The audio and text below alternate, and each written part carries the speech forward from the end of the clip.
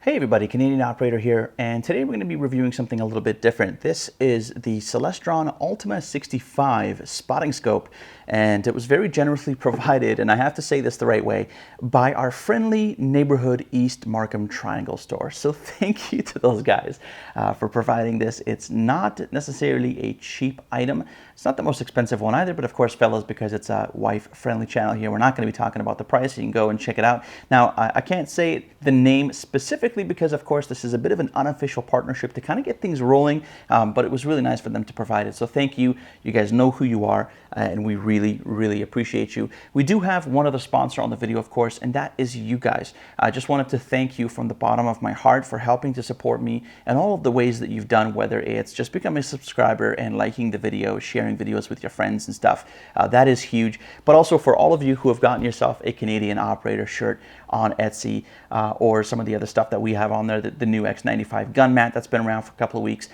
Really, really appreciate you guys. That is absolutely massive. And even just picking up a shirt is the equivalent of like thousands of views worth of ad views on YouTube. So that is absolutely massive. Again, I can't thank you enough. We do have a brand new shirt if you haven't seen it, and that is the 2A for CA shirt. This is relatively new. It's been on for a couple of weeks, and it's really meant to kind of show the fight that Canadians are currently in for our property and our gun rights. And if you're Canadian, you know what that's all about. You know Bill C-21. You've seen my shorts and you've seen my other videos on it. So we're not going to get into that here. If you are one of our American brothers and sisters standing with us in solidarity on gun rights, then you'll understand too. And the best way for you to support me, if you do enjoy what I do, is check out the description down below. I've got my Etsy store there, and do pick yourself up a shirt or a gun mat or whatever you like. It really does go a long way to helping the channel out. So thank you to you guys for your help as well. So we're going to go ahead and talk about what you get in the box here. Don't have the box with me. I kind of just threw that out because I don't have that much real estate here on the table. But we're going to talk about what you get. We're going to talk about some of the details, some of the tech specs and stuff. And you know, this is not just for shooting. It's good for people that are going out doing a little stargazing. Maybe you want to observe nature. Maybe you are doing a little bit of hunting. And then, of course, maybe if you're doing a little bit of sport shooting, whether that's 25, 50, 100 meters, this is pretty good for that. I've tested it out on a couple of range days now, but we will take it out on a range day specific to this product. If you guys want to see that, leave a like, of course, and let me know. Okay, so with all that out of the way, thank you for being patient with me. Let's go ahead and start talking about what you get. Okay, so let's talk about what you get in the box. First of all, of course, you're going to get yourself a spotting scope. So that's going to be your guy right there. And pretty nice. We'll go over the details again in a little bit, but I'll show you kind of all of the different angles. There's your objective lens there, your ocular lens on the other side, and it feels pretty substantial. It's not heavy, but it feels really well made actually for the price point. Now, you're also going to be getting a pretty decent little carrying case for this with a little flap on this side here, and then you've got a little zip on this side as well. So you can actually use this in the weather if the weather is not cooperating very well. Then you're also going to get this, which is just a little pouch basically for your ocular lens. You got your ocular lens right there. So that is going to screw on to your main piece, to your main scope. And we'll do that in a second right after we talk about everything else that you get in here, because you get a couple of other things. You do also get a pretty decent and sizable tripod. Now this thing opens up quite a bit, which is good. So you've got a lot of stability there, which is quite nice. It's made of, I'd say, probably about maybe 70 to 80% metal. It's pretty thin metal, but it's fairly well made. You've got some grooves in here cut in there for a little bit extra durability, and you've got some rubber on the bottom. Again, we'll get into a little more detail once we talk about sort of everything assembled. You do also get a phone mount with this. And when my buddy told me about this, he's like, yeah, you got a phone mount with this. So you can hook up your phone and you can take pictures of the stars and of distant targets and animals far away. And you can film your shots as you're shooting or whatever. I thought, wow, what a great idea. Like, why haven't more people thought about this? And then as we were trying to put it on, we started to kind of realize that, again, unfortunately, this is sort of, I want to say it's a nice touch that they tried to make this a thing. Unfortunately, it's one of those things that's just really good on paper as opposed to in practice, right? So trying to set this up was a colossal pain in the butt. We'll talk about that in a little bit more detail a little bit later on. But yeah, ideally, It's how they want you to use the scope, but yeah, I wouldn't do it. It's just a pain in the butt. You're trying to basically set up a lens against another lens, trying to get the distances and the eye relief right for that, trying to get the zoom right for that, you know, and then God help you if, you know, you nudge the tripod with your arm or something like that, you know, then you can just kind of knock the whole thing out of whack sometimes. And yeah, it's just not ideal. A really, really cool concept. But in any case, that's what you get. So what I'm going to do is we'll stop the video here for a second. And if you want to pause here, go get yourself a drink, maybe some popcorn, whatever, some snacks. And we're going to assemble this, show you what it looks like, show you kind of how to work it, and talk a little bit more about the technical specs and why it might or might not be sort of the right spotting scope for you. So stay tuned. Okay, so we've got it set up on the tripod now. It's pretty simple. All you need to do is you're going to have this side of the tripod here. By the way, you want to set this up so it's kind of facing the direction of the slope here. So on the left side of that slope is going to be your pitch adjustment for the tripod. So you want to get that nice and straight, at least in the beginning, just to kind of get yourself sorted out. And right underneath here, under the tripod head, is where you're going to have your adjustment for that little standard tripod thread that you're going to be able to turn and get this thing mounted. So as for mounting, very, very simple. And since we're talking about the tripod, let's kind of talk about some of the features here before we move up to here. And I'll let you know how I got this installed as well. It's pretty straightforward. So with the tripod, again, very, very simple. You've got three pretty solid legs here. They all feel like they're made of metal. And this actually feels like it's anodized, which is really quite nice. They are kind of hollow on the inside. They've got this kind of sort of U shape, but it does feel very sturdy, especially for something like this. Like if you kind of give it a bit of a tap there, you know, you're not going to be really disturbing it. It's pretty solid on there, so that's quite nice. You've got a little ring here as well. You can turn this, and that will kind of loosen up the center column here, and that's going to give you about 6 inches or so of rise of verticality there. And because we've got a 45-degree ocular lens here, that might make it a little bit easier for you to bring it up to your eye level or bring it down a little bit if you're on a particularly high table, so that you can kind of see whatever's on the other side of this thing. Now, as for the rest of the tripod here, pretty straightforward. We have, if I can find it here, this knob right here is going to be your horizontal adjustment. So if you're going to turn this to the right, your scope is going to turn horizontally to the left, and if you turn it to the left, it's going to turn horizontally to the right. So this is a nice fine adjustment that I wish I knew about when I first took this out, because I was trying to fiddle with it when I was just spotting for a buddy of mine who was setting in his rifle, and I was trying to kind of move it by the tripod and put like a lens cap under one of the legs, and it was just horrible. And I just didn't pay attention to the fact that there are controls here for both horizontal and vertical movement, and they do allow for a very fine granular control over where you're looking. And when you're at 18 times, that's still a pretty decent zoom range. And maybe you won't have that much of a problem by just kind of moving the tripod around a little bit or whatever, just getting it right in the right spot. But when you're at 55x, you are looking way out there, right? And of course, you don't want to be moving around or fiddling with the tripod at that point, because it's just zoomed out all the way. So you want to be using these. So this is going to be, again, for your horizontal, and this one here for your vertical adjustment. So left, it's going to make it go up, and then right, it's going to go down. So pretty straightforward there. Again, on the opposite end here, I'm not sure if I've mentioned, but here we do have another wheel. This one's a little bit bigger, and that one is basically just going to adjust that pitch. So if you feel like the granular adjustment is not quite there, this is kind of like the equivalent of putting like a 30 MOA rail on a rifle, where you're going to be looking out a long way. You kind of get that base set up, and then you've got your adjustments on the other side as well, which is kind of nice. So yeah, so far so good. And one thing I got to mention is I really do love the way that this is built. Like, it feels really solid. This is all like really nice metal. It looks anodized. It's got a really nice smooth paint job on it. You should also have, and I'm not sure why I don't have it, maybe it kind of fell out, but you do also get a lens cap for this. So there's that, like a little plastic lens cap.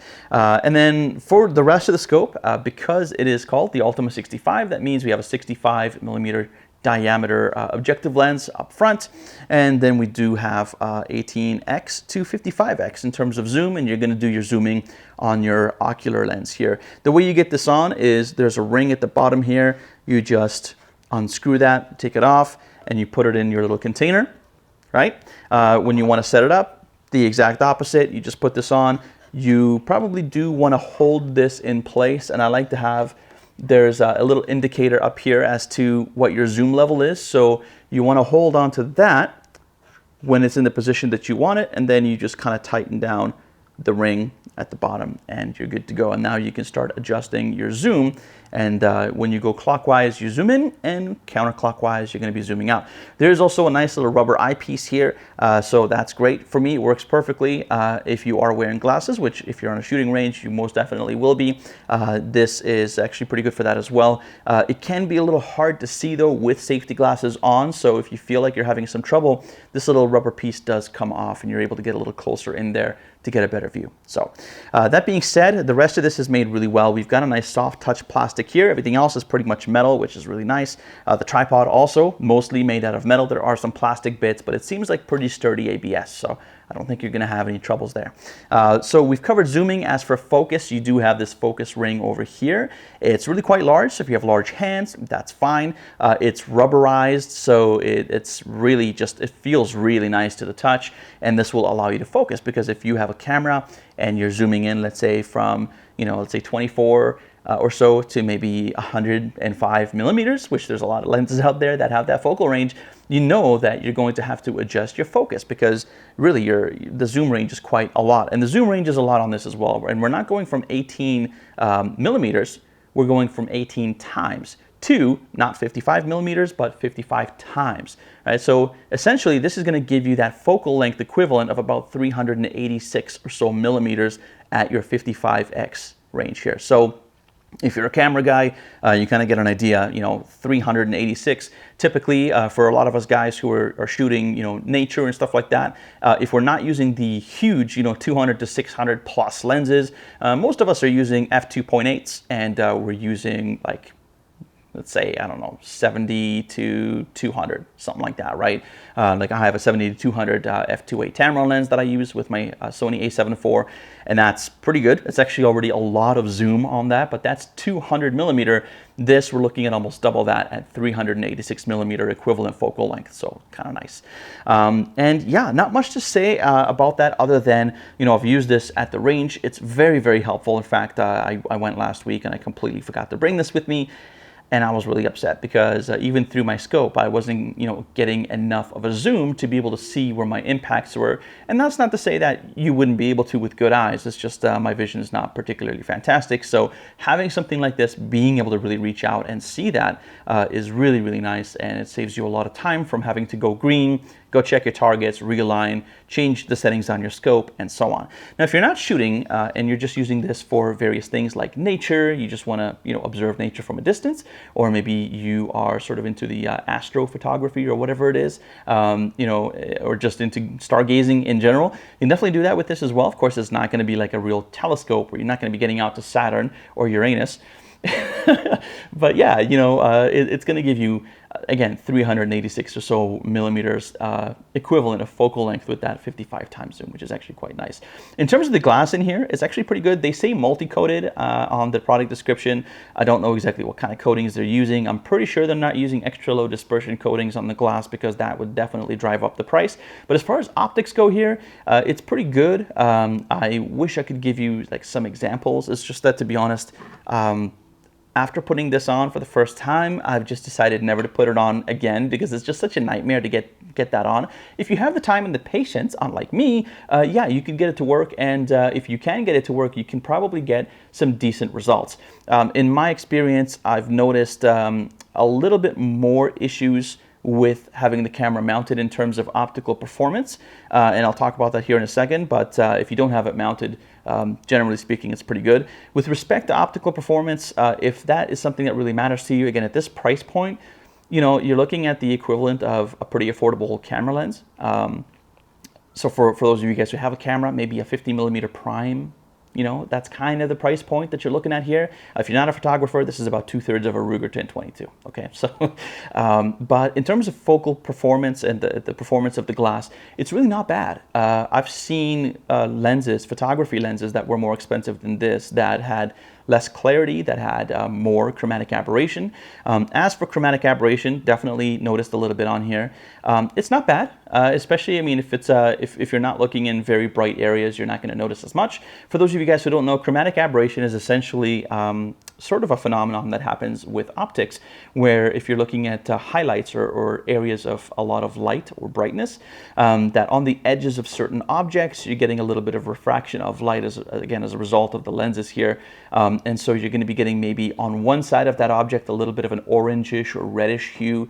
On the other side, you might get a bluish or purplish hue right on the edges of a particular object that's being hit by a lot of sunlight. So again, you know, this isn't going to be part of your repertoire necessarily for doing high-end filming at long distances. I mean, if that's what you want to do, ideally you want to be using your regular camera lenses. But if you're a hobbyist, if you're a guy that just wants to go out, you know, check out the stars a little bit, maybe see nature from a distance, or take this thing out to the range and do a little shooting and kind of get an idea for where you or maybe your friends or partners' bullets are actually going, helping them sight in and, you know, getting basically better at shooting, then this is really, really good for that. And again, at the price point, I really, really can't complain.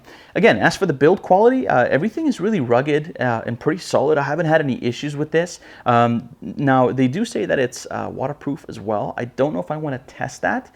It's kind of like they say, you know, well, your phone is IP68 water resistant or whatever. Now, this doesn't have an IP rating as far as I know, but do you really want to test those ratings? Like, you really don't, right? It's kind of like just in case you get a little splash or you get a little rain or whatever, and I'm sure you're going to be fine. But I wouldn't exactly take this thing out to the bathtub or your local lake and start testing whether it's actually waterproof, because it's probably not a good idea. But that being said, for what it's worth, the package that you get here, you know, the only thing that I would say is kind of a downside is this thing.